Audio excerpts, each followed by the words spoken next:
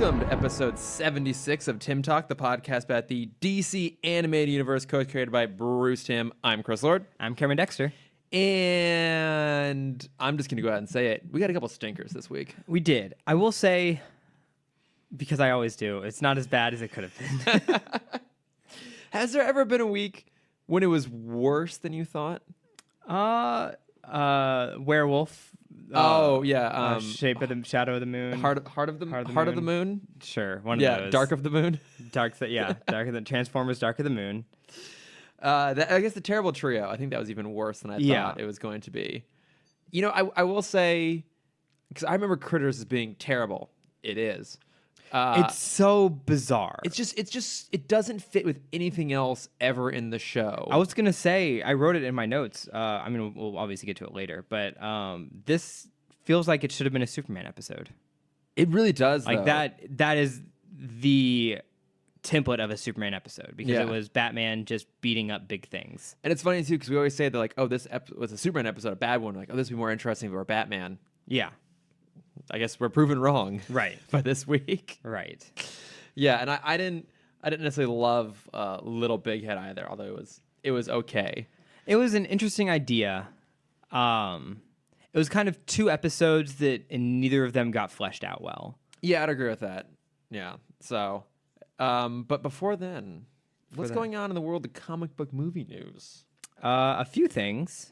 Because I actually took notes for once. Thank God. I did not. And by that, I mean I looked up articles 5 minutes before coming over. That's fine. That's more than I would expect from you. Thank you. So I'm here to impress. It's a new me. After episode 75, it's a new Cameron. It's a whole new Cameron. Yep. You ready? New bits. It's coming in, guns new blazing. Stories, new references. This is season 2 Cameron right here. Woo. Coming at you. Oh, all right. But not like Riverdale season 2, where it just gets really bad. Has it been really bad? I have no idea. I stopped watching. Okay, I never even finished season 1. I have a friend that just started The Magicians, which I remember plugging weeks and weeks and weeks and weeks ago. Yeah, but I thought you liked The Magicians. I hated myself for liking The Magicians, season 1. I didn't know you were capable of hating yourself for liking really bad entertainment. Oh, after every episode, I felt like I just needed a bath or a shower, just to wipe that away. But I kept watching anyway. And season 2 was... I couldn't do it. It got to a different level where it was just... like it basically just turned into Chronicles of Narnia, the porn edition. Okay. And I'm like, I can't justify watching this anymore. I mean, I guess none of us have watched Gotham in a long time. I was going to say, it's like Gotham where it got lost in its own absurdity. I think so. Okay. But I don't know. I have a friend that just started it, and she's deep in the heart of season 2, so I'm curious how she's handling that. Oh, interesting. I was listening to, I think it was a Nerdist podcast, or I guess now technically the ID10T podcast, and Hardwick was talking about how much he loves that show. It's such a fascinating idea. Okay. Because it is basically... Isn't it Sexy Teen Hogwarts? Yeah. Okay. It's American Hogwarts. Okay. Mm-hmm. It's American Harry Potter. Okay. But instead of wands, they do... Did you ever know what finger tutting is? Sorry, what now? It's not a dumb fad. It was a weird fad in like the breakdancing community. Well, this is why I don't know about it. It's called finger tutting. And it's like kind of making weird geometric shapes with your hands and moving it to a beat. Okay. I'll show you a video afterwards. Is this like Doctor Strange making his things, but yes, like to music? Yes, but in a much more like rhythmic pattern. Okay. Mm-hmm. Tutting? Yes, Tutting. Like, what's that from? Because tutting is also so finger tutting is just a small version of regular tutting, which is like using your whole body to like. It's almost like doing like a robot dance, like doing the robot. Okay. I honestly have no idea how to describe it. Like I could show it, like I could point it out to you. I can't show it because I can't do it, nor do I ever want to do it. If it happens, I could point it out. Okay. It's like crumping. Do you remember when that was a fad? I remember the name. Okay. It was in Bring It On, the Hayden Panettiere one. Well, this explains why I don't know it. What Bring It? Oh wait, wasn't like the third one? Bring It On, All or Nothing. Is that the? I think it's the third or the one. Fifth. I've never seen beyond the first Bring It On. Okay. Well, because the first So Bring you've It, basically seen all of them then. yeah, I mean the first Bring It On is actually a legit satire. Like it's actually a really funny movie with a lot of like really deep, clever jokes actually, and I feel like then everything else beyond that was just self-parody. Oh yeah, but it was just a self parody of the one before it. Okay. So it's like when you save a photo, like Oh, resave okay, a photo yeah. over and over again, it just gets more and more pixelated. It's like the cinematic equivalent of telephone. Yeah. And it just gets worse and worse. It's just a series of people pitching a movie that they just saw. Yeah. And every time the pitch gets worse and watered down, and just it loses all of what makes That it is interesting. exactly how it happens. Oh my god. To the point of I watched the last one, which is on Netflix, and I don't recommend anyone watching it because it's just like pure mush for your brain. They did the same thing that Pitch Perfect did, where like with they would make every word have "aka" part of it, like "aka, excuse me." Yeah. But they did that with Cheer, and there was one I wish I could remember the sentence. I should write it down and have it like plastered on my wall because it brought me so much joy. Where they used like Cheer blank like 6 times in one sentence, and it was the greatest sentence I've ever heard in a movie. Oh my god. Because I mean, like, at least even just, I was gonna say like grammatically that's not right, but I guess phonetically, like "aka, excuse me" kind of works. Yeah. Right? None of these worked. No, 'cause, None of like- these even tried to No. work. Also, I feel like that's the sort of thing the first Bring It On was absolutely making fun of. Yes. Jesus Christ. It's gone full circle. No, it hasn't gone full circle. It's gone a 180. Okay. Well, it sounds like it's just like a snake eating its own tail at this point, right? Yeah. God. It was great. It was not great. You recommend all of them. I recommend every single one. You have 5 bat plugs today. I have 7 bat plugs. Oh my god, there are 7 Bring It On. I think there's 7. Oh Jesus. I don't want to think about it off the top of my It head. makes me sad to live in this town. So where did we We're talking news. news? How did we get to magicians? I'm not even sure. I don't know anymore. I don't know. But on the topic of self-parody, Nicolas Cage. Yes, this was such exciting news for me, and I think for the world. Really, I think so. Yeah. The superhero movie that I continue to forget to add to my list. Yep. Every time. Do we even have a crossover schedule? I think so because I think Do we? I think other Chris really likes Chris Teen Fimbres? Titans. Yeah, I think he likes Teen Titans Go. Okay, I'm gonna Someone in the double-check group this. likes Teen Titans Go. Okay. So they're for those who haven't heard, they're making a Teen Titans Go movie, theatrical release movie. So it's Teen Titans Go to the movie. And they announced that Nicolas Cage will finally get his turn playing Superman. It's gonna And be that's amazing. so exciting. Absolutely amazing. For those that don't know, which I feel like everyone who listens to this podcast, especially if you made it 76 episodes into this podcast, really this is just for my mom. So mom, Yeah. here's the story. Yeah. Kevin Smith was supposed to make a Superman movie back in early 2000s, late 90s. Yeah, late 90s, yeah, called Superman Lives. Sorry, not Kevin. Kevin Smith wrote it. Tim Burton was Yes. directing it. And it was going to star Nick Cage as Superman. But everything just kind of fell apart, probably because they cast Nick Cage as Superman. Yeah, it's probably for the best.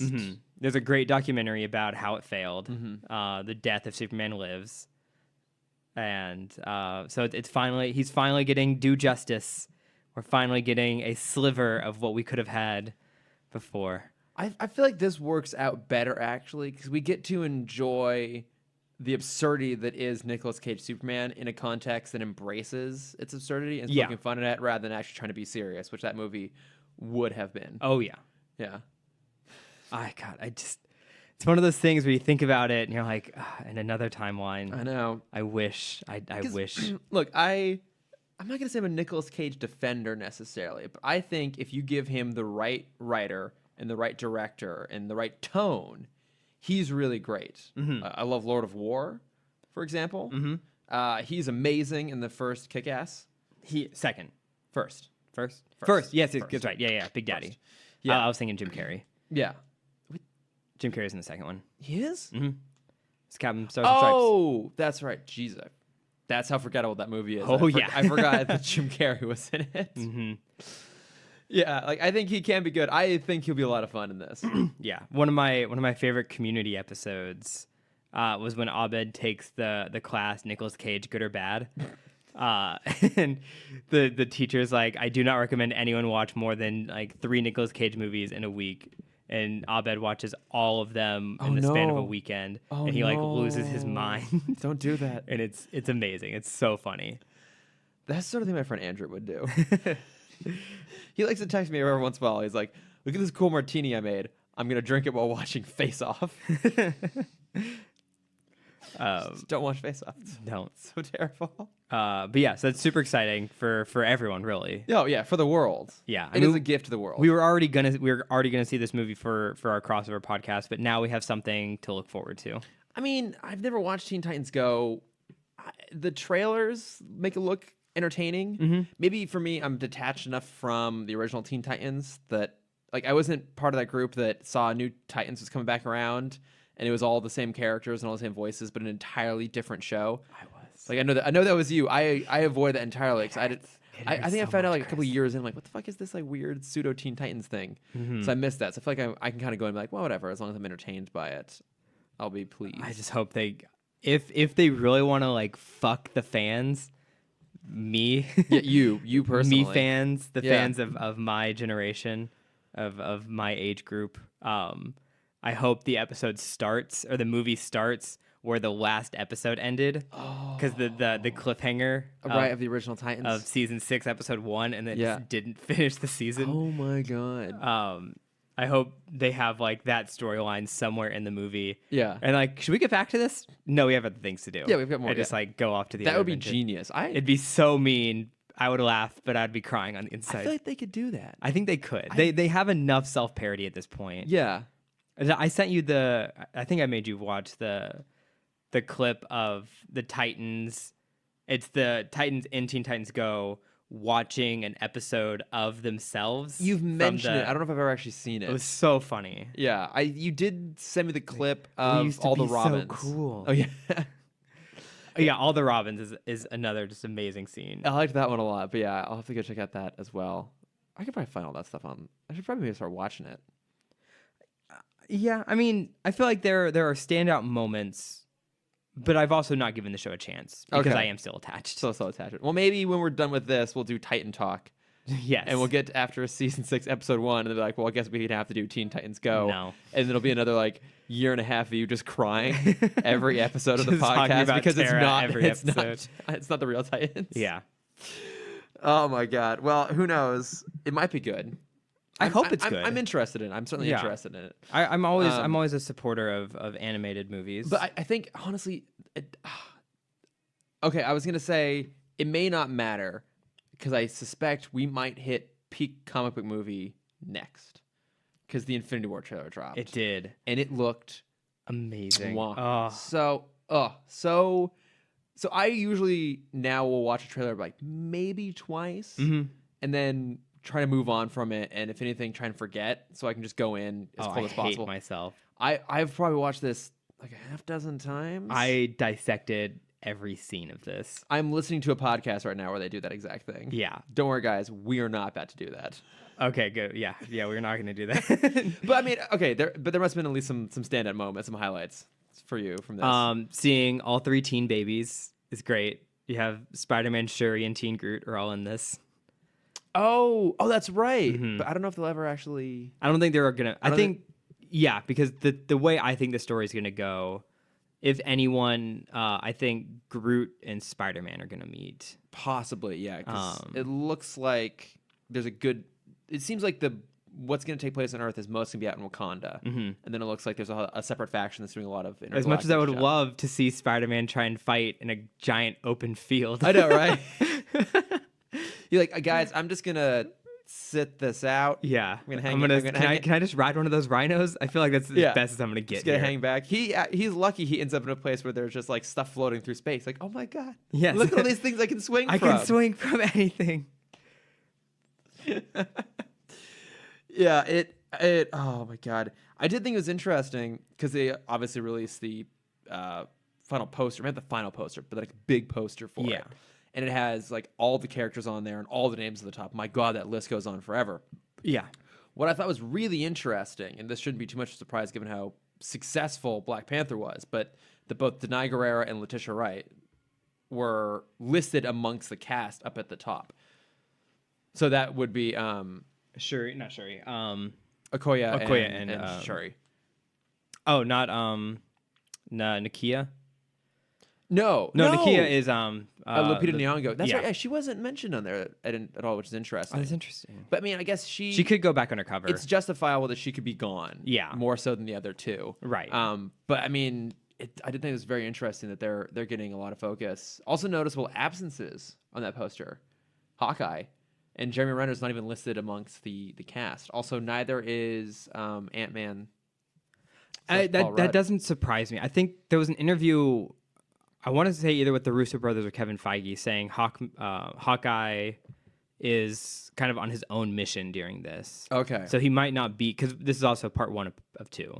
Yeah, well, even that it's unclear exactly what, because they've officially said that Avengers 4 is not Avengers Infinity War Part 2, and that they're holding on to the titles after the movie comes out. Yeah. Which I just remembered recently, so now that makes me also very excited to see this movie, so we can finally know what's going to come next. Yeah. I do think maybe Secret Wars or the big rumor invasion, maybe? The big rumor has been Skrull invasion, and that's Yeah. what Sam Jackson's been up to. Yeah, well, I mean, because he's in Captain Marvel, which is featuring the Skrulls. Yeah. So, but that's what that's what Fury's been doing on his own, is he's been trying to hunt down. Yeah, the Skrulls. Oh, Yeah, that's the rumor going around. Okay, right because now. I don't think he's in this. I don't think so either. Yeah, I don't think they could afford him on top of everyone else. God, I know. I think that's part of what this is so exciting, is this has never been done before. Exactly. Ever. And not only has it never been done before, but you can't help but feel hopeful that it's actually going to be good, given the fact that I think they've been on a kind of an upward trend. Mm-hmm. What was the last time you saw a Marvel movie that you thought flat out just didn't hold up to its hype or didn't hold up to its potential? Guardians 2. Okay, yeah, I guess last summer. I guess that was last summer, and I think that's kind of fair. I kind of felt that way a little bit too. I appreciate it more the second time around. Okay.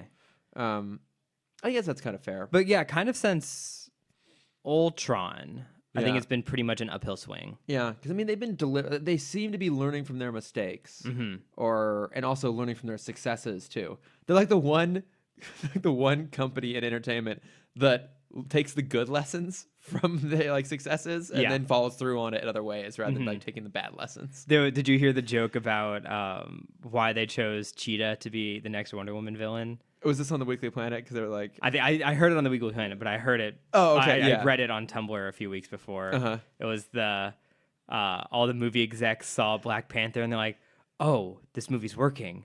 I know what they did." And then the Tumblr version was a giant poster for a Garfield movie. It was a Garfield poster, and then it was another cat poster. yeah, they're gonna make Garfield. Yeah. They're gonna do an adaptation of Cats, Yeah. the musical. But that was the joke of why they chose Cheetah. It's like, Yeah. oh, people really want to see cats. All about cats. Yeah. That's what made this movie so successful. Yeah, that's the Isle big of Dogs lesson. is gonna plummet because we're in a cat phase right now. Kill all the dog movies. It's only cats. We're from gonna this point on. reshoot all of Isle of Dogs, make it Isle of Cats. Oh my god! All right, so I guess one last little bit of news here. Actually, not a little bit of news, kind of a huge piece of news. It's huge. Yeah, because I'm very curious about how it's gonna work out. we're getting a New Gods movie from Ava DuVernay. To add on to our infinite list of DC movies coming out soon. Well, I think this is part of the problem, right? I don't trust they're actually going to make anything they announce. Right. We've brought this up a few times where it's them just throwing out a movie, and a director. Yeah. And seeing how the fans react. And if it's negative, they just stop talking about it. Yeah. Until it leaves the... Everyone seems pretty excited about this. Now, I haven't seen Wrinkle in Time. You have. I know you weren't thrilled the movie itself, but do you think based off of what was there, this is a good choice for a director to go and do The New Gods, which there's some kind of visual spatial similarities there. I'm curious how she'll handle it because again, like Wrinkle in Time, I don't know how much of a hand Disney had in kidifying it, or keeping it entertaining for children. Because it's the same thing I had with Tomorrowland. I feel like Tomorrowland could have been amazing if it wasn't Disney. Yeah, which is hard for me to say because you love Disney is and my also life. It literally could not happen. Right, that's also true. But yeah, I am curious how she would handle it. Cause like you said, it's a very similar thing. It's jumping planets, different environments. I'm curious if she will learn from Wrinkle in Time. Yeah. Well, around, And also not having a full kid cast. yeah, I mean, that would help. I mean, it's a very interesting idea. I never thought we'd see a New Gods movie. Absolutely not. I was listening to 12th Level Intellect, so the Watch Our Database, their podcast, right after Justice League, and Ted was talking about how he's like, well, you know, disappointed as we were that Darkseid was in the movie. Because, like, well, this would have been so much better if they just put Darkseid in here. Like, Right. Don't half-ass this. If you're going to just copy the Avengers, at least lean into it and be good. Yeah. But now, by not including him, we may have been spared what would have been probably a really terrible 75% Zack Snyder, 25% Joss Whedon version of Darkseid. Yeah. So, I mean, I guess we have to get him now because you can't do Right, you New can't do Gods, New Gods without him. Right. And, I mean, based off of, like, the Superman episodes, the New Gods is a very interesting concept for interesting property. Mm-hmm. I'm really curious about this, and it will probably never see the light of day. I know. Honestly, I would just be happy to see it as an animated movie. Oh, that would be interesting. Because yeah, like the episodes they have in JLU are always super Yeah, fascinating. those are really good. In Brave and the Bold, they're super fun. But yeah, I like those are always the most creative episodes, I feel like. And so if they can get a movie version, an animated movie version. Well, that might also spare them the generally terrible CGI in these DC movies. I really don't. I guess it just must be so chaotic behind the scenes that they just don't get this stuff done in time. Actually, I know that's true because randomly one of my Uber drivers once was an animator, like was a visual effects artist on Justice League. Okay. Yeah, and he was talking about how it's like he went to Uber after that. Well, I mean, he was like a freelance guy who was brought in to help on it, but he was talking about how stuff would just come in, like he would do a pass on it, and he knew it needed notes, and he'd send it out the door, and they just get approved. Like there was no one going like, oh, we need to like do another pass at this. Yeah. He totally assumed more passes would happen and never actually end up happening. There was a really, because I follow a lot of second time bringing up Tumblr. It's a dark side of my life.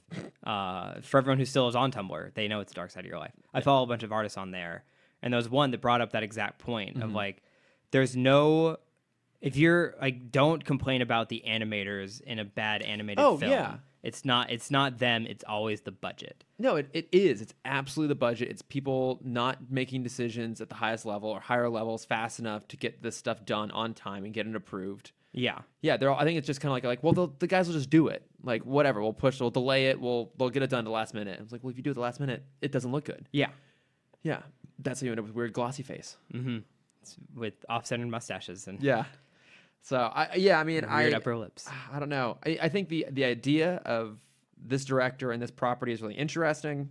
But yeah, I will wait to see it until it's actually being shot. Yeah. Also, jumping back to last note on Infinity War, it was cool to finally get, even though it was just like 6 frames, we finally got to see all 4 of the children of Thanos. Oh, yeah. You get to see one of them in a more close-up scene with Strange. Oh, yeah. We don't know if that's editing magic, if that's actually together. Yeah. But yeah, they look pretty freaky. Yeah. Yeah. They all look so much better than what's his face? I already forgot his name. Steppenwolf. Yeah, Steppenwolf. Yeah. Steppen time. Oh. My all-time favorite Disney song, actually. Is it really? I love Mary Poppins and Steppentime in particular. We should remake the song with Steppenwolf. We need someone more talented than us when it comes to music. Yeah. But yeah, we should absolutely do that. I mean, we can do a rough draft and then send it to people who know. Send it to someone doing. else. Yeah. Oh wait, no, because what? The one we were trying to do was for Let It Go with Jeff Goldblum. Oh, okay. I was like, yes. I was like, what was this? I couldn't remember. Thank you. You were there. I was already forgetting. We're gonna rewrite Let It Go from Frozen, but be about Jeff Goldblum's All about career. Jeff Goldblum. Yeah, and how amazing he is. Okay. Have we put off talking about the real topic long enough now? I know. I feel like we have very little to talk about for our episodes, which is fun because I think I have a lot to talk about in plugs actually. So okay. yeah. Okay. So First one we have up is Little Big Head, which is the Little Big Head Man. Little Big Head Man. Thank you. So we get to bring back both Bizarro and Mxyzptlk. Yes. Two villains that we generally really, really like. Right. I feel like when we talk about Superman episodes we like, I feel like we often forget about Mxyzptlk. That is a great episode, one of the all-time best, written by Paul Dini. This one was co-written by him. I did find one piece of trivia that I think sums this up really well. And I guess it was, I think one of the writers, I'm not sure who said that this idea looked good on paper. Yeah, it does. Yeah. Yeah, because I read like the sentence description of like, oh, this is going to be cool. I mean, because it is a clever setup. It's Mxyzptlk out for revenge against Superman, unable to personally interfere, tracks down Bizarro, and unleashes him on Earth once again. Yeah. It's a great idea, but then I think they didn't know what to do with it once they got there. Right. Because I was enjoying all the preamble to it. Like, even we get to spend a little bit of time on Bizarro's planet, which I guess is like, in the comics, it's Earth spelled backwards. I'm not even trying to figure out. I just call it Bizarro World. Bizarro World, yeah. But like, yeah, he's got these like rock cities and rock people going around, and you know, he's surveying his city like it's all good. And then when it's too calm, he just casually kicks a boulder into it. Yeah, and he saves one in order to kill a dozen. So many people. I love though his approximations of things, particularly his Lex Luthor, which just had like a shiny rock sitting on top in place of the bald head. It was great. I also loved he has his own Fortress of Solitude, of course.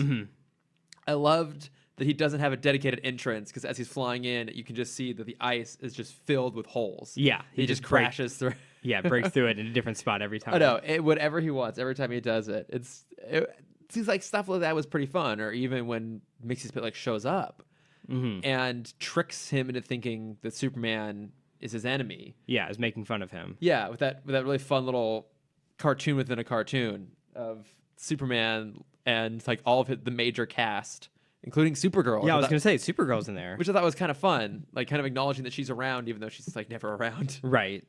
Yeah, making fun of Bizarro and getting him all pissed off, and that was also kind of a clever way to recap where we left off with Bizarro, why Superman left him there, and even a little bit of why. Yeah, because it's been a while since we've seen Bizarro. Yeah, what was it, mid last season? Probably somewhere around there. It's like, as it's doing all that stuff, I'm on board. I'm like, oh, this is interesting. I'm liking this. I just feel like... Yeah, once he got to Earth, one, there was no reason for Mxyzptlk to be there anymore. Yeah. And two, I think the writers just didn't know where to go from that. It's a great, like, first act.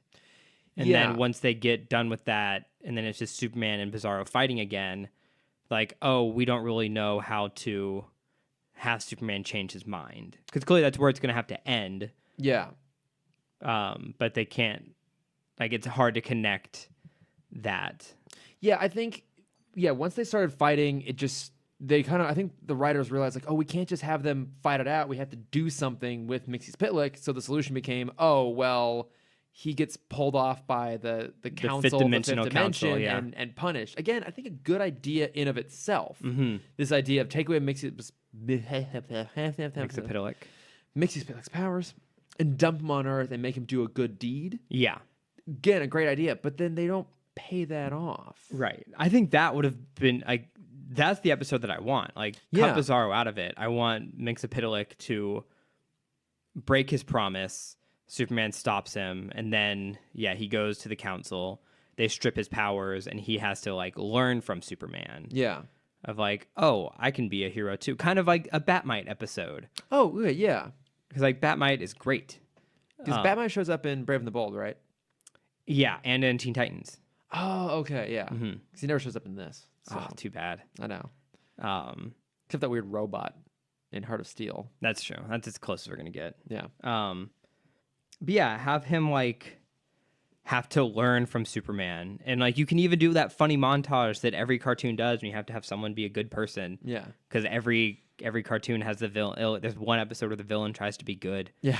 Or he, like, tries to help someone cross the street and, like, maybe he'll, like, walk them through traffic. Yeah. Or, like, they almost get hit. Yeah, I'll say he gets run over, but then he no longer has powers. So right, that would be a problem. I think that would have been more fun to get to explore. Spend more time with him without powers too. Like he's so used to being just what omnipotent. Yeah, fifth dimensional. Yeah, Yeah. Omnipotent is I don't know godly. Why was that word not coming to me? Yeah, like you don't even need Superman in this episode. No, Like you have Mxyzptlk be the main character. He doesn't have powers, and then he just sees how boring the third dimension is. Yeah. Like, what did I find amusing about this? just maybe becomes desperate, trying to like do whatever he can to get back, and eventually he has to learn like, oh no, I gotta actually like legitimately help. It would have been a more You know what they should have done with this story? Now that you talk about it that way, what? This should have been a Wizard of Oz kind of story. Oh, with Mxyzptlk. My God, yeah. Or he has to like. It doesn't even have to be like in. It should be in Metropolis because it is still a Superman episode. Yeah, but like he comes across like 3 crooks that are also like down on their luck and they're trying to figure out. And he thinks he's being a good person by having them come on a adventure and like they're all going to do a good deed together. Then he learns at the end they've all been like using him to get a heist. That would have been amazing. That would have been such a fun episode. Yeah, he's like too clueless to realize that he's actually making everything worse for himself. But he's like, I'm doing a good deed. I'm helping these people. Yeah, because he doesn't know. Because good deed is very. It's loose. He has no real concept of this. It's connected to how that person has lived their life. Yeah. I don't know what that. There's a word that's not coming to me right now. Relative? Sure. Yeah, that's the right word. Yeah, it's relative. So yeah, like his idea of a good deed could be getting rid of Superman. Yeah. Like he comes, like he like teams up with like some I don't know, maybe like some low level Superman villains, maybe like a Lightner. I wouldn't want it to be any other villain. Okay, I want to just get 3 crooks. random crooks, and they're like, it's like the 3 of them are sitting there, and they're like, our getaway driver isn't there. And he's like, oh, I can drive a car. Yeah. Oh, this is a good deed I can do. Yeah. That would have been amazing. That would have been so much fun. You know, I would have much preferred that because I think Bizarro could have been left where he was. That was kind of like his happy ending. And I guess he gets basically the same happy ending here.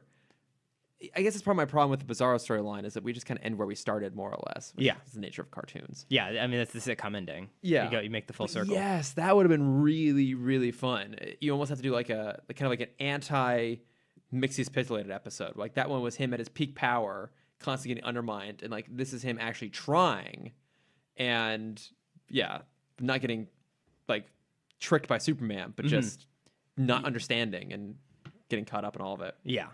Oh my God, it would have been so much better. I mean, look, there were moments in this that I liked. Like I think we've said that the first act is pretty good. I like when it's kind of ridiculous, but I like when Bizarro shows up at the Daily Planet based off of Mixie's like suggestion, like, hey, try that place. Yeah. And Clark gets kicked out the window and he just falls, and there happens to be an open manhole. Yeah, it was so good. It's a completely unprotected open manhole in the middle of the street, just like falls through and pops back up again. I mean, it's kind of cheesy, but it works. It's kind of fun. Yeah, because I before he fell in the manhole, I started to write out like, what do people think when they look up and they just see a guy stripping, falling from a building? Yeah. And it turns out to be Superman. It's like, oh, it's just Superman. He's just doing his thing. Like I liked that. I thought it was kind of fun. The big T-Rex came back. Yeah, the one from the first Krypton episode, way back. Like that is the same one. Oh, I didn't even think about that. I guess yeah, episode 4 if you count the first 3 as 3. Also, so apparently, because I was like one of the Cameron Miller, who's like one of the guys on Instagram who's connected with us after listening, he messaged me and saying that the T-Rex that Batman fights in the end of Mean Seasons, I guess, does make it into the cave. Okay. I couldn't remember. I had this like vague recollection there's a T-Rex in like the JLU episodes and in Batman Beyond. And that's the one. He also pointed out that, there was another T-Rex in the old Superman episodes. That one makes a reappearance. Okay. Here. T-Rex is just popping up left and right. It's a good villain. In the DCAU. Yeah. I feel like it's always a threatening thing that you can just pop into any situation. Any situation. Totally makes it work. I mean, it's best done to Meet the Robinsons. Oh, and he's got I've got a big head. I've got a big head and little arms. I've actually never seen that movie, but just seen that clip. Yeah. It's always stuck with me. I feel like so this fantastic. plan wasn't really thought out very well. Yeah. Master. What other moments you liked in this one?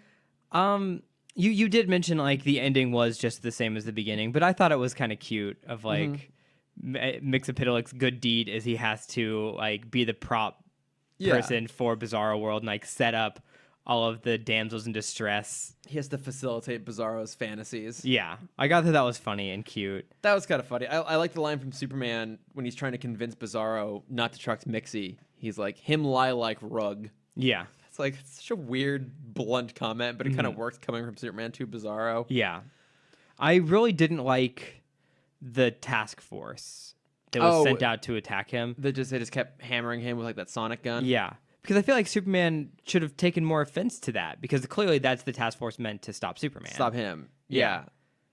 And he just kind of like, because like they ran over the second they hit Superman. They're like, are you okay? Yeah. And Well, it's not just they hit Superman. It's Superman jumped in front of what would have been the lethal shot to take out Bizarro. And that's part of what convinces Bizarro that Superman's on his side. Yeah. I liked that moment. Yeah. It was the lead up to that of like, Superman should take a lot more offense to this Superman task force. Yeah. Like, wait, what?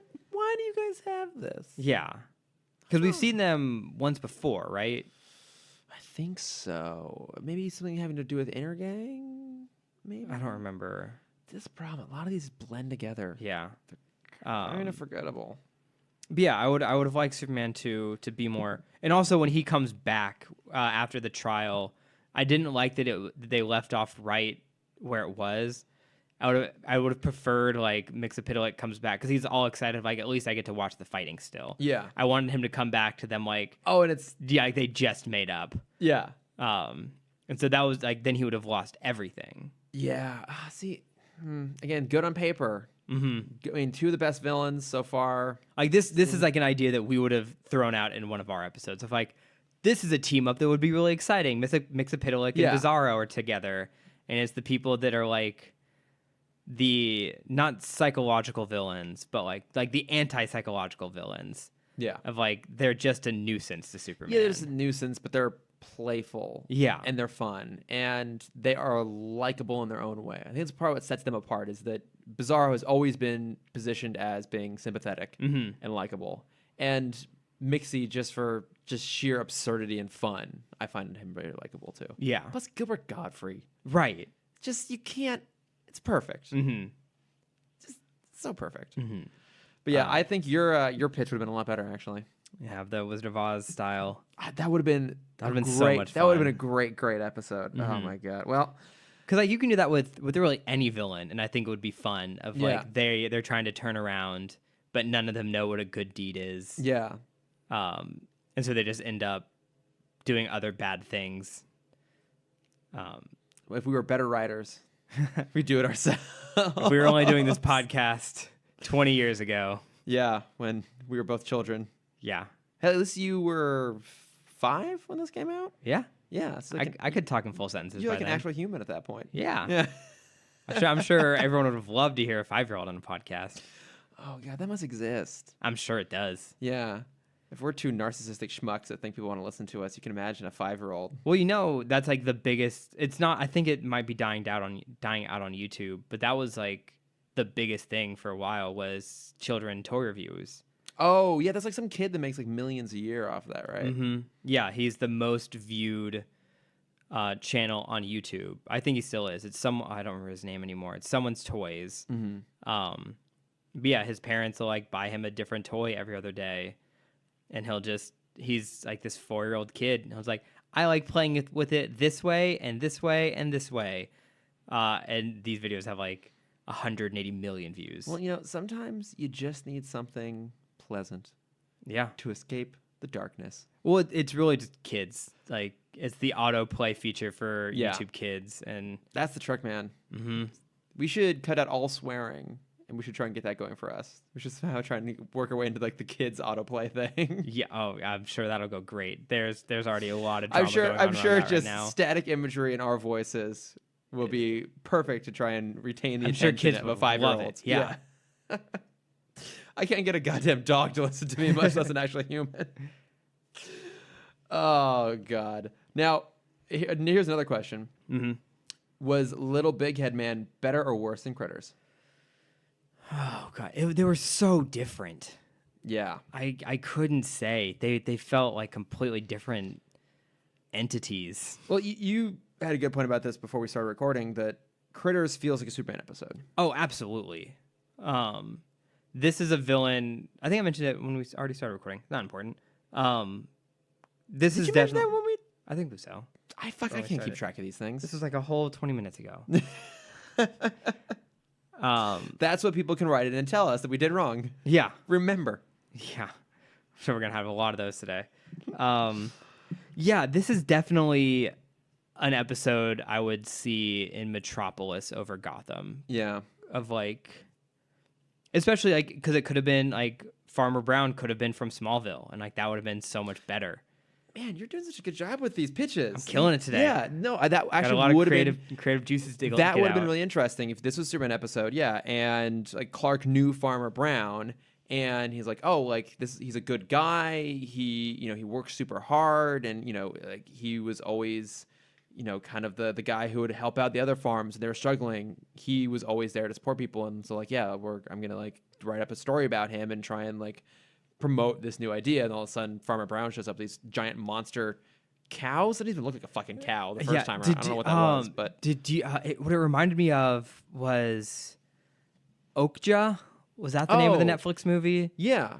Yeah, where's the genetically mutated animal? Mm-hmm. It was like a crossbreed between a cow and a pig. Yeah, because didn't It they looked terrifying. Yeah, I thought the whole idea was like they were trying to find the most like benign, innocent-looking animal possible, so you'd feel bad about it potentially being eaten. I actually haven't seen the movie. Oh, in Okja? Yeah, Oh, I watched the first half of it and I couldn't finish couldn't it. get through it. I heard it's good, but I just I've heard couldn't good do things. it.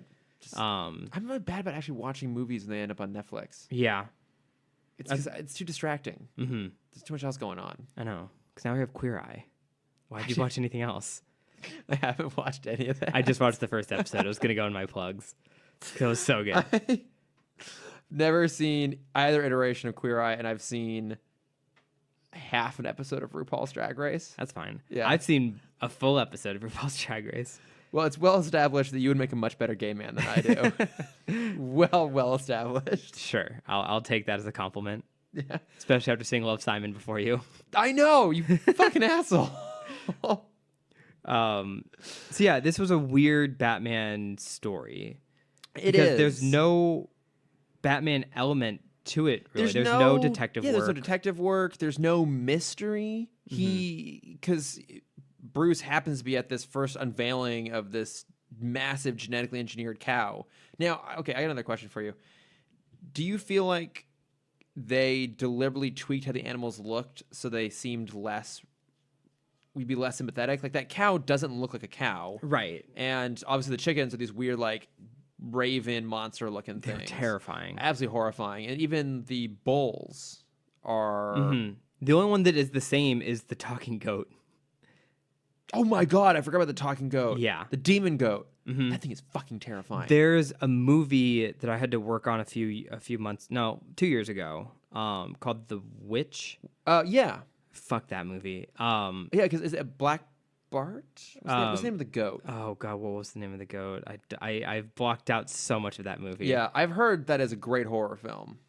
It's fine. I mean, I hate horror films, and Yeah, so I having know. to watch that every day for like a month was Yeah, 'cause misery. I've heard it's really, really unsettling. The sound, the score of this episode is very similar to the score of that. Really? It's like, yeah, Like that weird, like, hillbilly violin Yeah. pull. Yep. That was the score of The Witch? yep, That's weird. yeah. That was one of the things I actually remembered about this episode was that weird... I know I because can't recreate that sound. I like, wouldn't try. Yeah, because watching this episode, I couldn't figure out why I was like getting so angry with it, and I'm like, and it was like after the goat scene, I heard like the 3 plucks of like some string instrument, and I'm like, because I've heard this before. They pulled you right back in. They did. Just those red, empty demon goat eyes. I hated that movie so much. Playing like Cameron. No, stop! Don't even fucking bring that up right now. Cameron. So, yeah, it was. I guess that's a reason for why they altered the look of the animals. I mean, it threw me off guard. I was like, this should look like a normal animal. But it was also my justification for it is also they pulled all his funding, so these were like first round tests. Okay, that kind of makes sense. It doesn't explain the first cow, but it explains all the other ones. Yeah. Well, the cow also looked normal-ish. It didn't have those like bulging pus balls. It looked like it looked like it could have been a baby cow. Maybe. I guess it looked a little bit weird, but so Farmer Brown unveils these things at this big expo. Bruce happens to be there and does like this ridiculous Toro move to try and knock the cow out. Successfully, actually knocks the cow out. Yeah. And then we jump forward a year, and Farmer Brown is like up to it again, and he unleashes a whole bunch of giant praying manti out into Gotham. This is also a Scooby-Doo villain, by the way. Oh my god, it was. This is totally a Scooby-Doo villain. And then wait, what was Space Ghost Coast to Coast? One of his co-hosts was like the big mantis looking guy too. What was his name? Zardak. Yeah. No, yeah, that's just Yogi. He's been doing that. Oh. I know. Oh, yeah, it I think like, Zardak. That sounds right. That does sound right. Now, because that was also just a bizarre moment too. So these giant praying mantises descend on Gotham. They happen to come across Bruce when he's on a date with a girl whose name he can't remember. I loved it. That was a good little moment. An otherwise shit episode. But I also found it bizarre. So these things attack, and they're bulletproof, which I thought was weird initially until they later explained they're all genetically engineered. Like these are genetically designed to be drone attack things. But initially I thought, well, maybe they have them Zorak. Sorry. Still pretty good. Space Ghost, Moltar, and Zorak. Yeah. Okay. But so I was thinking like, okay, maybe they're bulletproof because then they don't want to be overly violent because they're still live animals. I also right? was thinking about that, of like how, because as we talked about last week, we know how much they love to destroy non-human creatures. Yeah, but these were actually living things, technically. Yeah, they didn't make them robots, so I don't think they could go as all out as like having them melt. Yeah, so I thought they were being like kind of protective of them in the like just for the sense of like ratings and keeping it kid friendly. That's why they were, instead of having get shot, like I thought they were just basically get like, I thought they were gonna have their own version of like the Andrea Moan where they're gonna hit with the bug spray and then like kind of like knocked out, like twitching on the ground and okay. Yeah. So I was really thrown when one of them got its arms ripped off. Yeah. I was like, oh whoa, this is actually pretty violent. And I thought they were trying to avoid this. I was ready for them to grow back. Because he falls back. Okay, yeah. And I was ready for like the genetic mutation. They've thrown into like some like lizard DNA or whatever, it can grow back in limbs. That would have made more sense too. But then they just dissolve because I guess that's if they are going to get captured or something, that they're programmed to self-destruct. That was a weird. I think it was justification. I think it was moment. a timing thing because. Okay. Yeah, because Batman mentions like, oh, this wasn't a coincidence. It was someone showing off how powerful they were. Yeah. And then later, Farmer Brown, as he's about to release the Silo rocket, mentions like, stop thinking about that phrase for a second. Yeah. He's like, oh yeah, and these won't die out as fast as the other ones did. Yeah. It's just an odd concept. This episode would have given me nightmares as a child. Like, these creatures were terrifying. They are really terrifying. You know, like, you know what else is terrifying? His daughter, who he's been feeding growth hormones to. Yeah, Like, I loved it. She was so funny. You know what I thought? I thought they were going to just not state specifically what was going on there and just have her be super strong and kind of like leave that as an implication. But she acknowledges like, oh yeah, I've been taking steroids. Beef steroids. That's why I'm super strong. Like, it's like that. It almost made it worse that they did acknowledge that was actually going on. I would have kind of preferred if they just sort of implied. Her name was Emmy Lou. Good old Emmy Lou. Yep. Out on their weird farm inside a massive warehouse with elevators that go from square to round to square once again. Yeah, that's fine. Yeah. He's just showing off how technically brilliant he is. Yeah, he probably walks into a square elevator. The actual lift itself is perfectly circular and just goes through the tube, and then it just fits into a round hole. Well, so what happened is there are so many like professors of I'm sure you had the engineering professor that was like, how do you make a square peg go through a circle hole? And he's like, oh, well, clearly you turn the square into a circle on the way through and then turn it back to a square on the way out. There you go. And that was his solution. Yeah. His teacher thought he was crazy. He says, no, I am not crazy. I shall do it in elevator form. This was just Farmer Brown's way of proving he could do anything. Yes. He was way too smart. Too smart for his own good. And they think they left in so many like generic like farmer boy Midwest tropes in there. Like he was whittling wood. Yeah, he was whittling. At one point. Well, it was interesting. He was whittling a two-headed bull. Yeah, well, not even a two-headed bull, but like a cat dog equivalent of a bull, where it's like got legs and heads on both ends. Mm-hmm.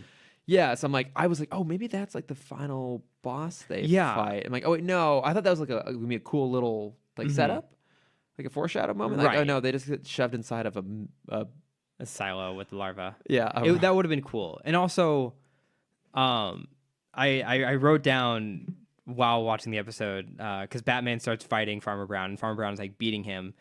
And we talk a lot about how Batman is weakened for certain villains. Yeah, and I'm like, this is definitely a villain where he's so smart. Batman should never have a fist-to-fist confrontation with him. No, and then he turns on his pitchfork, can shoot lightning, and I'm like, oh, never mind. This is great now. God. It's just, and there were a lot of like just kind of clunky, dumb jokes in this one too. Like one of the bulls is rampaging through Gotham, and Robin's trying to stop it, and it like literally bulls through a china shop. Yeah, I was like, oh, that's some low hanging fruit there. Mm-hmm. Also, when Batman is chasing those creepy death chickens around the city, and they fly into a barbecue factory. Is that supposed to be like a joke about like the chicken getting taken out by hot barbecue sauce? I think so. That's a weird joke. Yeah, I wanted it to just transition straight into like a Buffalo Wild Wings commercial. At that point, I would have rather watched a 10-minute long Buffalo Wild Wings commercial than finish out this episode. Did you see the crazy? I should have brought this up in the news. Did you see the crazy organ commercial? What? The country, or that's not the country, the state organ, not like internal organs. Oregon, like Oregon? Oregon. Sorry, I should have enunciated more. Oh my God, it was gorgeous. I'll everyone who's listening to this episode, pause it and watch this Oregon trailer. Or commercial. Just don't come back. Yeah, just don't really come back. We don't have much left to say. It's a studio out here called Sci-Pop, teamed up with a Copenhagen animation company, and they made this like Ghibli-style 3-minute short. Oh, what? Of like things you can do in Oregon. And I think it's called like Slightly Exaggerated. Okay. Or Only Slightly Exaggerated is the name of the short. And it's kind of cool. Gorgeous. Have you been up to Oregon? I've not. Now I want to go. Yeah, I loved Portland when I was up there. I went there for work back when I still had real people job. I really loved Portland, actually. Okay. Really good food, really good like breweries. Is that your bat plug? Yeah, just the city of Portland. They had a place that did like specialty mac and cheese. Oh, I love my mac and cheese. And it was right next to a comic book shop. Oh, I also love my comic book shops. So I was in heaven. Also, they have this great bookstore up there called Powell's. Okay, I feel like I've heard of this. Yeah, huge, multi-level, just vast bookstore. And you know me, I just get all kinds of hard. You need a good bookstore. Yeah, I do. I get it. Yeah. There was one thing in this episode, and maybe you can give me some light on this, as the wiser of the two of us. It's generous. Farmer Brown says a line. So he has a $50 million ransom on the city. Yeah. Spoken through a goat. Still creeps me out. It is. And they have Bullock because they needed someone. Yeah. Bullock delivers it to Emmylou, but then hides on the boat to get to their warehouse, the lair. Yeah, the no one knows is there somehow. Right. And they find out that the money is mostly fake. Yeah. So Farmer Brown says something to Emmylou that says, "Hun, there are 2 rules you need to understand. You got to check your shoes for what the cow left you, and check the money." What the fuck does that even mean? Were those not common phrases that were taught to you when you were a child? My family owns a farm, and I have never once heard anything that resembles "check your shoes for what the cow left you." It sounds like a great saying. I would love to know what it means so I can bring it into my common vernacular. I mean, there's the literal, but I guess what the metaphorical would be like, I don't know, just don't step in shit. I guess don't step in shit. Watch where you walk, or you're gonna step in shit. Or I don't know, like watch what you. I think it's a southern way of saying Pay attention. Maybe like pay attention or like Don't drag your feet. Don't maybe. drag around other people's messes. Yeah. Maybe it's probably like a pay attention sort of thing. But obviously, always check the money. Very practical advice. No, that one makes sense. I was Pass just down to all children. Yeah, that's what my parents taught me when I was a kid. It's like, Chris, remember when you're in a ransom situation. Yeah. And you're collecting the ransom, obviously, because we would never put out ransom to get you back. Right. Acceptable losses. When that is happening, We've spent enough money on you. Yeah, exactly. Yeah, no, private school education. Like, we've done our job. I All right. get it. Yeah. Are you using that degree? No. Okay. They can keep you. Yeah. Yeah. They would always tell me like, be sure when the money arrives, you check that shit before you load it onto the back of your ferry. Yeah. To drive out to your secret lair in the middle of Gotham Harbor. Exactly. You got to make sure there's no print packets. Yep. You got to make sure there's no bat tracing devices. Absolutely. Yeah. Make sure you feed the demon goat. Mm-hmm. Because you don't want to piss him off. Right. He will haunt you. Yeah. And watch out for overweight cops trailing on the back of your boat. Yeah. Yeah. These are all very like common phrases. Right. And then also check your shoes for the cow left yeah, you. Exactly. But that's the one I always forgot. So I was always tracking cow shit to the house for the reason my parents would leave me to the kidnappers. Check your shoes for... Yeah, but even down to the as you pointed out, the silo rocket that they end up in the end that's just filled with larvae. Like, this is not a real threat to Gotham, I feel like. I mean, I get these things are kind of hard to kill-ish. These like massive mantis. You had a very surprised expression on your face right there after looking this up. I googled check your shoes for what the cow left you, and the first article is how to birth a cow in your socks. What? And I'm just not even gonna. I don't want to. Wait. Hang on. Are you wearing socks? Is this it's like a casual thing? Like, hey, like we're gonna teach you how to birth a cow. So you're so good, you don't even have to put on your shoes. You can just do it in your comfy socks. Or is it you actually like birthing a cow physically into a sock? I don't want to click the link. Are we talking like long tube socks? Don't want to click the link. We're talking it's like on a website called feastandfarm.com. No-show socks, maybe some nice Argyle. Like, what are we? I don't know if we want Argyle with all that, all that cow blood. Oh God, something like cow print socks. That'd just be insulting. It looks like they made this saying up because nothing is coming up for this. You know, I wouldn't be. A lot of articles about shoes. The perfect shoes from Esquire popped up. Oh, really? What? Do they look good? I'm just looking at the articles at the Google page. Yeah, it's just the whole thing feels just weirdly out of place. Like, why does this guy also have rocket technology? He's so smart. Yeah. Like, and that's why I wish, like, when they did have the trope, the Southern tropes, I wish they would have had, like, that tech layer on top. Like, when he was whittling, you would see it was like a laser. He was like a laser knife he was cutting with. Do you think that he grew up in the same town as the senator from Batman vs. Superman with her phrase about always check the iced tea to make sure it isn't piss? Yeah. Yeah. Yeah, it's every family has their own saying. Their own saying. So let's very, very briefly, how do you think this would have been better as a Superman episode? Or do you think we would have just complained about it more because it was such a dumb villain? I feel like if it had been a Superman episode, we would have just treated it more like it was par for the course. Because, to be honest, a lot of Superman episodes are kind of duds. I think this would have been a dud, forgettable Superman episode. Here it is almost insulting because it's just not supposed to be a Batman episode. Yeah. Like, we've had, I'd say overall, the new Batman Adventure stuff has been pretty damn solid. This is the first dud. Yeah. Like, this is the first one where I'm like, not only should you skip this, like, you should do everything possible to avoid watching it. I would put it, I wouldn't say avoid it. I would just put it very low on the list of, like, if you want to keep watching, you should watch this one because it is fascinating. I mean, I guess it's fascinating. I guess the greatest sin of any form of entertainment is to be boring. Yeah. So this, and it is not boring. It is not boring. It's insane. Mm-hmm.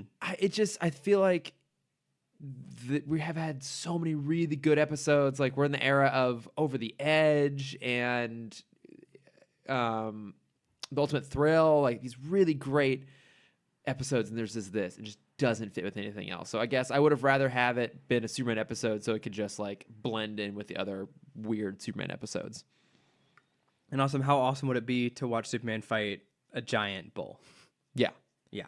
Also, what would have been interesting though is to see how different the designs would have looked, because Superman is a much brighter show. So you wouldn't have had the demon goat. We wouldn't have had the death bats. The mutated animals felt very Tim Burton-esque. They did. Yeah, but I feel like even Tim Burton would balk at these, being like, "Oh God." Yeah, because it's like they tried to copy Tim because Burton. they are grotesque, which I think that is one thing about Burton is that his stuff is weird and dark and creepy, but never gross. Right. This is gross. Mm-hmm. Actually, that's not true. Like Johnny Depp in Charlie and the Chocolate Factory, he's kind of gross. Well, he's slimy. I wouldn't say gross. He's like greasy. Yeah, and really like obviously pedophilic, and just doesn't. Yeah, that's doesn't okay. work. Doesn't work. Yeah. I don't know. I mean, would you rather have this been a Superman episode? Yeah, I'm trying to think like what storyline it could follow, and my mind went straight to like have it be like a PETA episode. Like I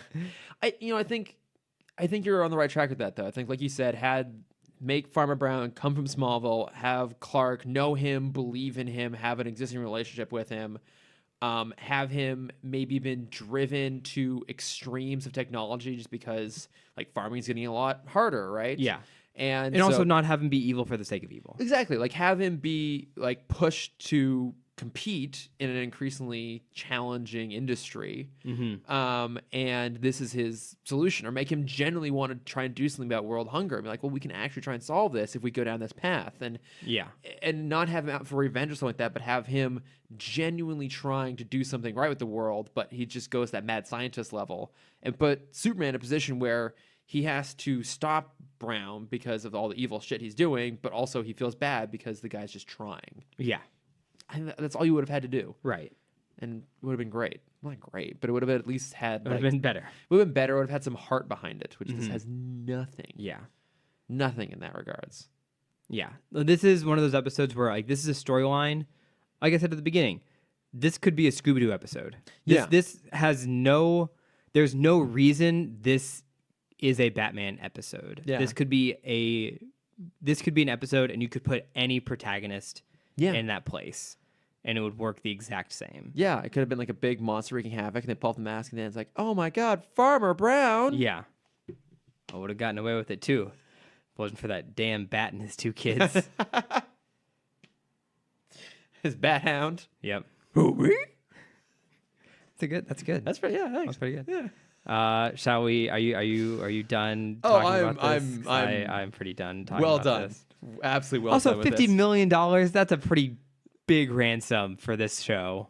I mean, it is a big. But also, I mean, like I know he was going to be like broke from not being able to turn a profit off of this investment, but like look at this massive facility that he built. That's true. Clearly after the fact, because he'd like be out of Gotham. This crazy facility with its different shaped elevators. That's not cheap. That's not. That's all custom work right there. Yeah. Yeah. God.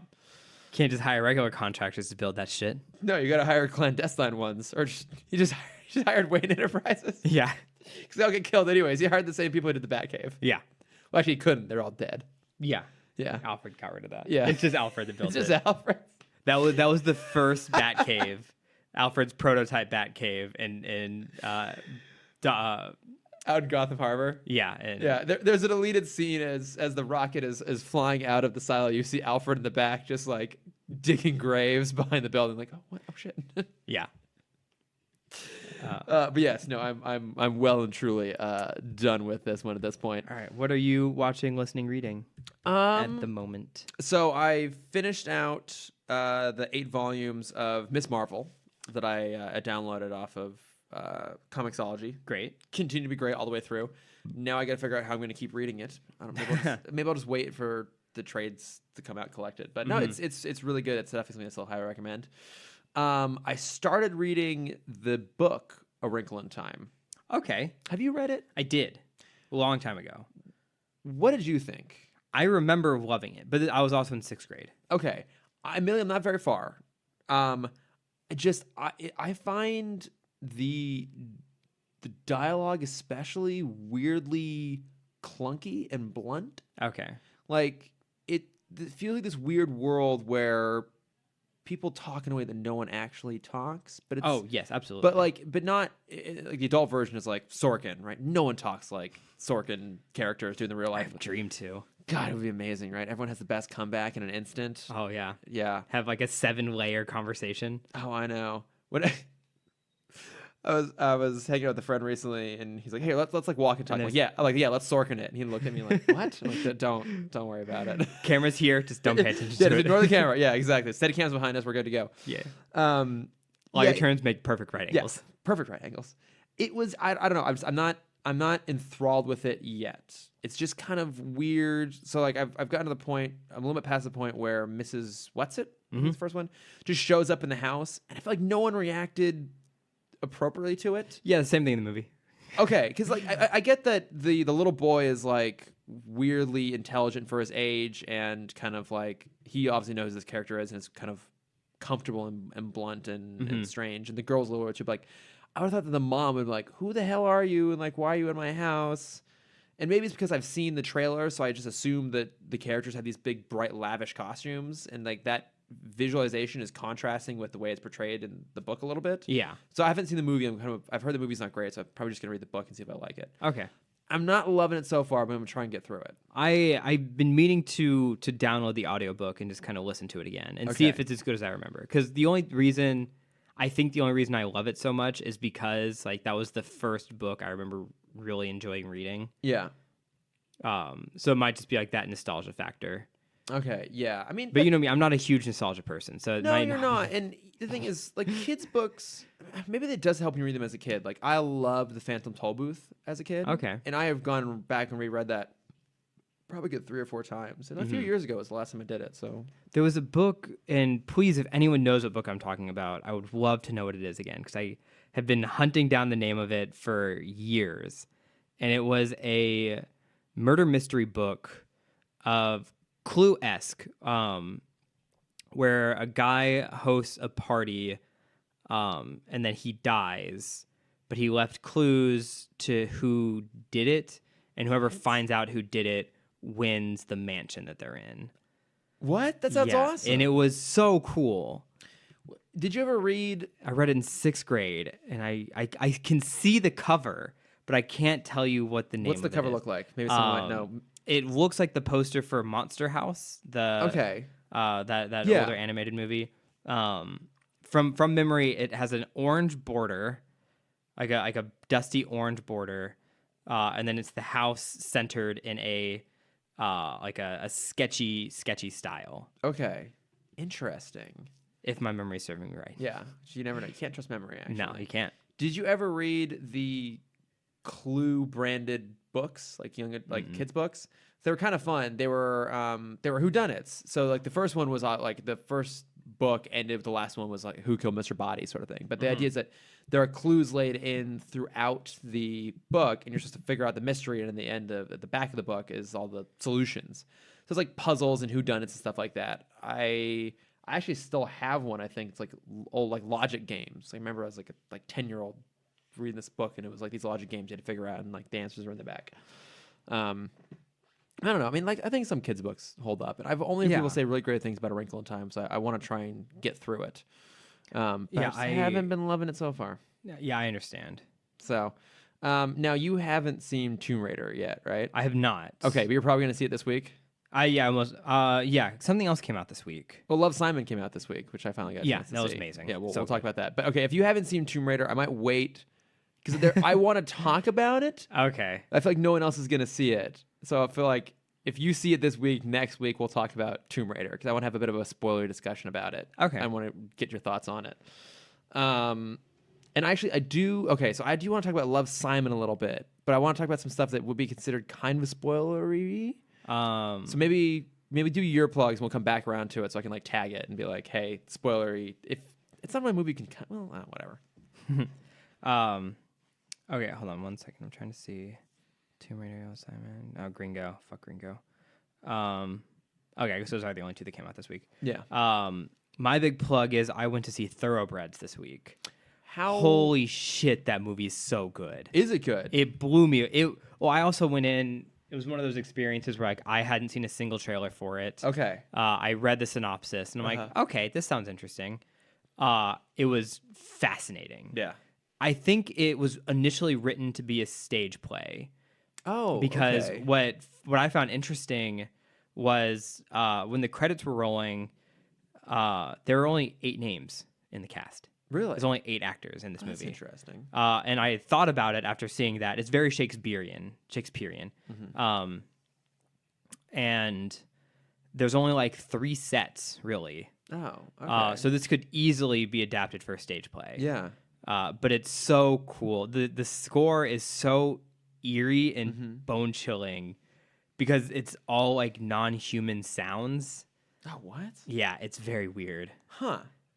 But it was great. I'm really excited to watch it again. It's like a high recommendation on this one. Yes. Like find a way to go see it. 'Cause I think it's pretty limited release, right? Okay. I think also, Anton Yelchin. Anton Yelchin. It hurt. When he came on screen, like I got very emotional. Yeah. It's like he is such a good actor. He really is, and It's really heartbreaking. I know. To see him again. Yeah, because you know that he would have had this really amazing career because he's already off to a great start. Yeah. And, even when he's in big stuff like Star Trek, he brought so much humanity and personality to a character that was already kind of cliche and a little tropey. Yeah, and then Charlie Bartlett was like I've never actually one seen of it, my but I've heard big it's great. movies in high school and early college, and it's really good. It says Downey, right? Mm-hmm. Yeah, Yeah, it's Downey. that's like early Renaissance Downey. I would say it's I wouldn't say it's Renaissance yet. I would say it's when he's coming back from his So is drug binge. But it's post Kiss Kiss Bang Bang. I guess it is. Yeah. Yeah. Yeah. Yeah, it's pre Iron Man, post Kiss Kiss Bang Bang. That's not possible. Oh, it's Oh Kiss no, Kiss Bang- sorry, that is possible. Yeah. I had it the other way around. You were right. Thank you. We'll mark the calendar. Yeah. But yeah, everyone should go see Thoroughbreds because Okay. it's when the movie starts and you hear the soundtrack or the score, it sounds like a horror film. And so I was very off put of like, I don't think no. I'm supposed to be here. Yeah. But then like once you get to know the characters, like it's I was trying to put it in a genre after watching it, and the closest I could get is like a suspenseful slice of life. Huh. But it's great. Okay. It's so cool. Okay. I know it's just playing up the streets. I'm gonna have to try and find. It's playing at the Grove. I think in LA it has a pretty wide release. Oh, okay. Yeah, makes sense. Yeah, because it is at the Grove. I know it's at the Sunset Theater. Mm-hmm. For all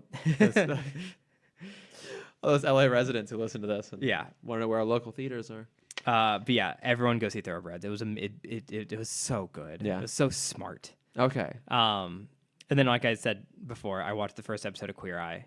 Oh, okay. It's great. Is It's it really good? it's so like heartwarming and cute. Did you ever watch the original? I did not. Yeah, I didn't either. I watched the South Park parody. It's one of my favorite episodes. Which was the South Park parody? When all of the dads get really into fashion. I vaguely recall those. And it was like the rise of the metrosexual. Oh. And all the dads were being like super not flamboyant. I can't think of the right word to describe it. Like posh or Yeah, they were just like critiquing everyone's wardrobe, and like Okay. Randy was just like going full Tim Gunn. yeah. He was wearing like a mesh shirt.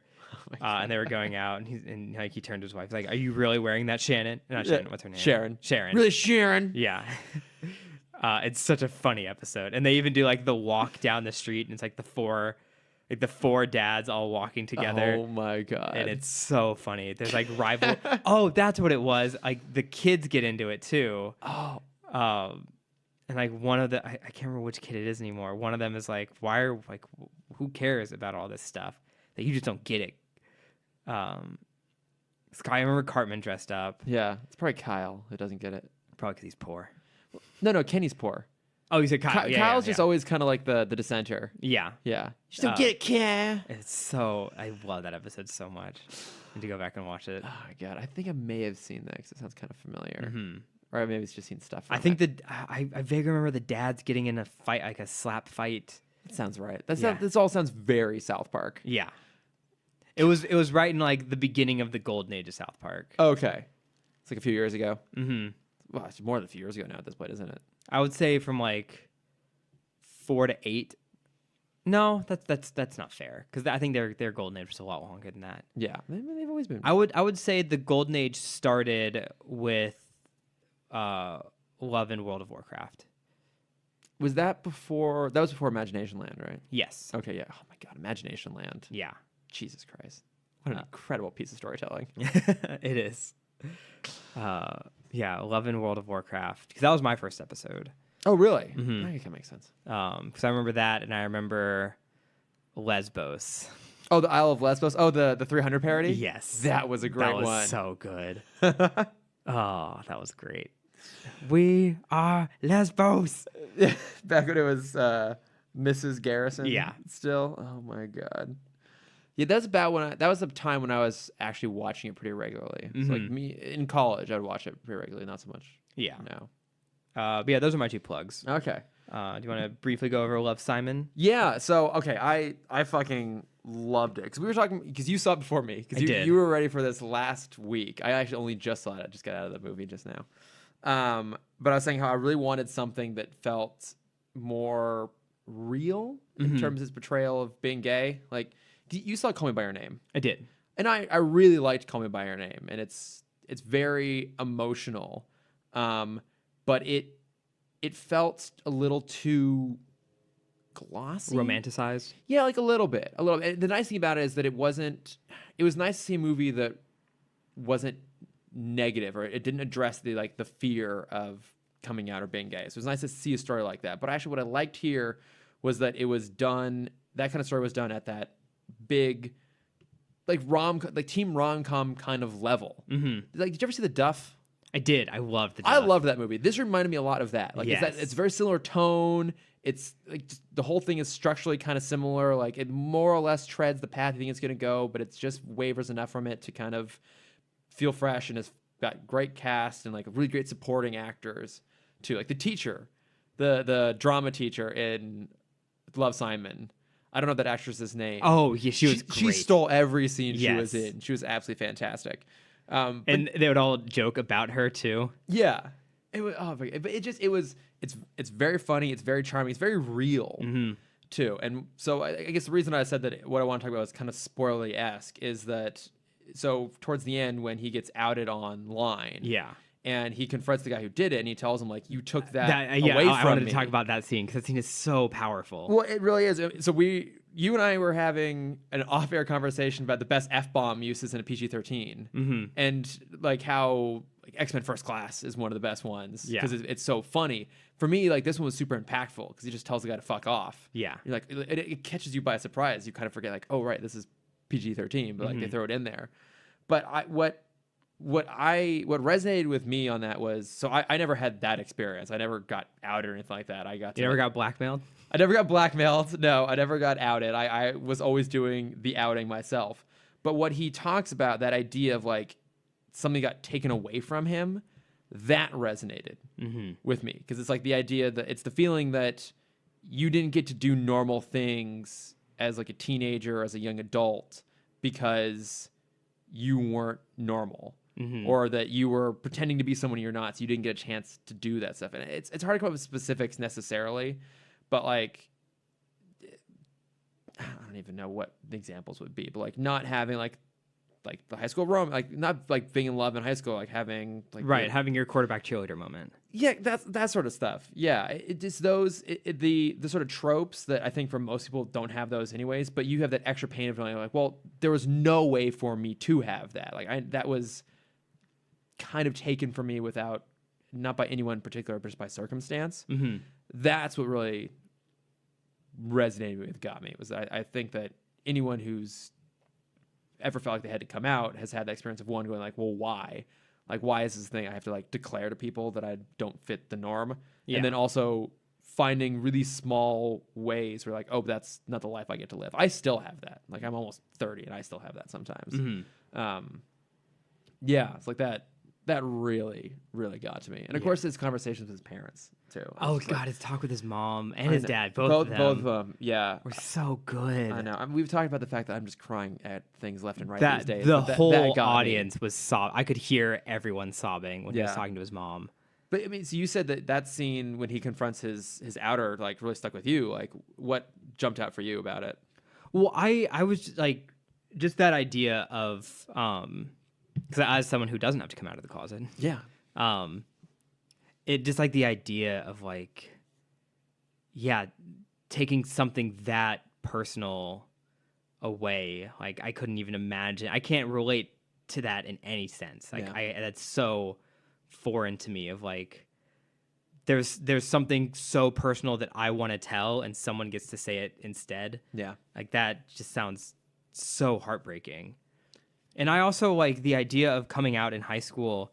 I had a few kids in my school that were gay, but either the whole school knew it of them coming in, or they waited until after graduation to come out. Yeah. I can't think of anyone. I'm sure I have a few friends from high school that still listen to this. Yeah, I can't think of anyone, but one of my best friends came out, and it was such a like underplayed moment because it was so funny. He came out in a Panda Express. Aw. And I showed up late too. So like, you were like jumping into this conversation. Did that happen again? Yeah. Oh, no, they didn't my have it God. again. It was like I came in because it was there were like 6 of us in this Panda Express, and 3 of them are laughing, and then one of my friends is like just has like mouth wide open. Yeah. I'm like, no, you're joking. And I came in, and they're like, oh yeah, so and so just came out of the closet. I'm like, oh haha, that's funny. Yeah. And like, no, he's serious. Yeah. Because I'd known this kid since 6th grade, and it never even occurred to me. Yeah.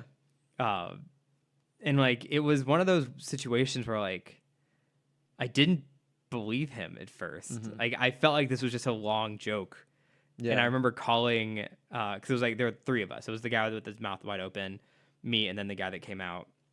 We'd been best friends since 6th grade, and so me and my friend Dylan, we called each other on the way home from Panda Express, just like, yeah, this is fine, but this is weird. Yeah. This is fine, but like we've known this guy for so long. It was a weird. Like after that day, we didn't look at him any differently. Right. Like we still hang out and we talk and we play games together. But it was just like that one day with like, do we really know him? I think that becomes a big part of it. Like I was very lucky that pretty much everyone I came out to didn't have any issue with it. And where there was friction, it was kind of around that idea of being like, oh, it's not that like we feel like we don't know you, but it's like, oh, we didn't realize there was so much going on that we didn't know about. Yeah. Yeah, that's more what it was. Yeah, and and that's exactly it. And like I only know of that really on the gay end of it, if you will, not on the other end. Like I've had other people come out to me, and like having already gone through that, I'm much more just like, fuck yeah, welcome to the party, it's great. Welcome to the other side of the glitter door. Yeah, exactly. Just glitter. So much glitter. Just glitter and rainbows everywhere. Oh, you're coming out? Here's your coming out, kid. Oh my God, I wish they would have that. I really, really wish they had that. But yeah, I'll be in that. It's like margarita mix. 2 bottles of glitter. Like a man thong. Yeah, there's much more in there. There's much more in there too. Yeah. I'm not kidding. I'm just kidding. Just like blatantly mean now. No, I'm stopping myself from getting too graphic with other things that include in that kit. But no, it was. I really appreciated just the way they handled that, and that I actually got kind of mad. I mean, you're supposed to get mad, but I got mad at that moment when he got outed by somebody else, because for me, not having gone through that, and like, well, then you miss it. I thought I was going to miss out on just the sort of awkwardness that comes with that, because there's kind of like this classic idea that like you never really stop coming out. Yeah. Right. I have done my best to make it so I don't have to do that anymore. Like, I've told you saw what I'd done on Facebook a few years ago, right? Oh no, I guess we knew each other. Maybe, I don't know. This was National Coming Out Day, I guess like 2 years ago now, and pretty much all my family, like my close family, already knew. Yeah. But there's people who didn't, and so I posted like the classic like I heart and then a picture of a chicken. So I heart cock. I just put that on my Facebook. I'm like, there you go. That's it. That's But even when I did that, I've become very personal here. Even when I did that, that was a way for me to own that moment in a way that I had never been able to do before. Because whenever you do it before, you're trying to like find a way to like broach it in a conversation. There's no good segue for it. Right. So you're like, oh, by the way, this. So butts. Yeah. So Yeah? butts. Yeah. So have you ever just like seen a penis and been like, yeah, Yeah. I get it. you know? There's no one like serves you up to then like spike the I'm gay ball. Right. How did I find a way to coming out in sports? Doesn't matter. I don't know. Well, because I didn't know you were gay when I first met you. No, It took a couple months before I think someone told me. Well, because I kind of find myself having to drop it in conversation because I'm not obvious, I guess, about it. I just thought you were stylish. I'm like, this is LA. I get it. And this is why most gay men think that I'm straight, because they look at me like, oh, he's not stylish. No. Cameron, you're much more stylish than me at this point. This is a well-established fact. But there's like that always that kind of awkwardness. It's like for me, I finally was like, okay, I'm going to find a way to do this in a way that feels reflective of who I am as a person, and to be, to kind of subvert the seriousness that had occurred in most times. So you built a Lego sculpture that just said, I'm gay. Now, God damn it, that's what I really should have done. It is what you should have done. Exactly. That's as personal as it gets for you. Or I should have edited together like the gun barrel sequence of like the James Bond intro, but instead of Bond coming in front of the thing, it's the words "I'm gay." It just bounces across the street and boom, shoots straight at you. Yeah, but no, I'm really glad this movie exists because I'm hoping. I mean, when I went and saw it this afternoon, the theater was packed. Now, admittedly, I saw it at the Grove, which is right next to West Hollywood, so it was just like right. This is the West Hollywood all gay movie. guys there. Yeah. But I'm really hoping that it'll hit a broader audience. People can watch this and be like, oh, like that's kind of what this experience is like, because it felt very honest in a way that something like Call Me by Your Name didn't. Yeah, quite the same way. Especially with this movie, watching the trailers, I was very against this movie in the trailers because I thought it was them playing up the idea. And again, you can correct me if this is too off base. I thought it was them playing up the idea of like you have to do this grand gesture if you're coming out, and I thought it was going to deter people. If I don't do it correctly, then like it has to be perfect, and like it would add so much stress onto people's lives because of that. And I'm watching it like clearly that wasn't the execution. Yeah. But like, it's great. Yeah. No, it's really sweet. And yeah, I remember seeing the trailer too and being kind of like, man, I'm not sure about this. But then the more I was like kind of reading about it, I'm like, okay, no, this seems to be like they know exactly what they're going for. Yeah. And it is very bright and fun. It is. It's really funny.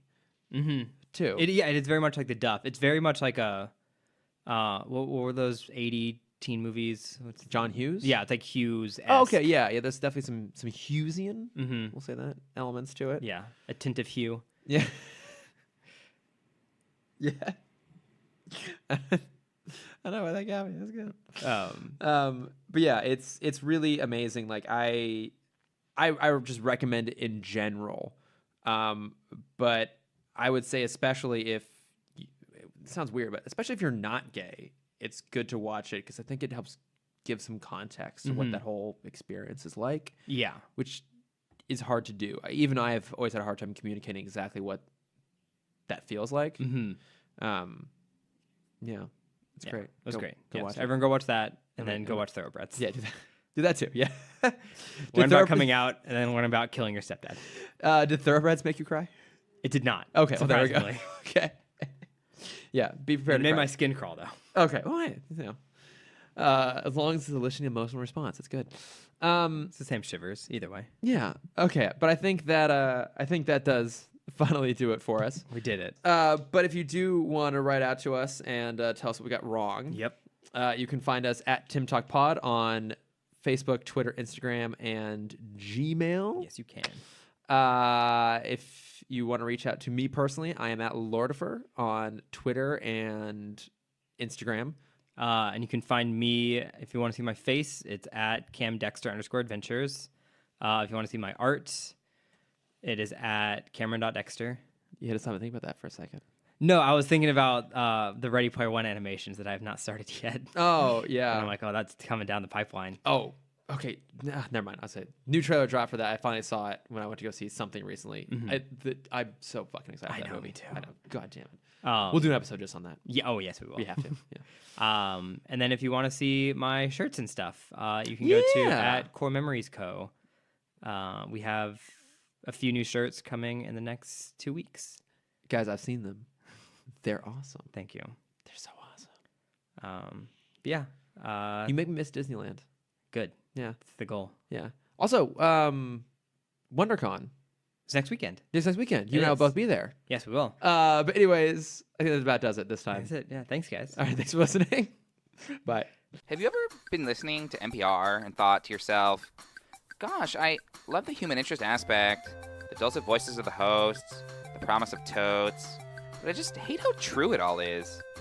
That's where we come in. It's This American Lie, an hour of improvised NPR.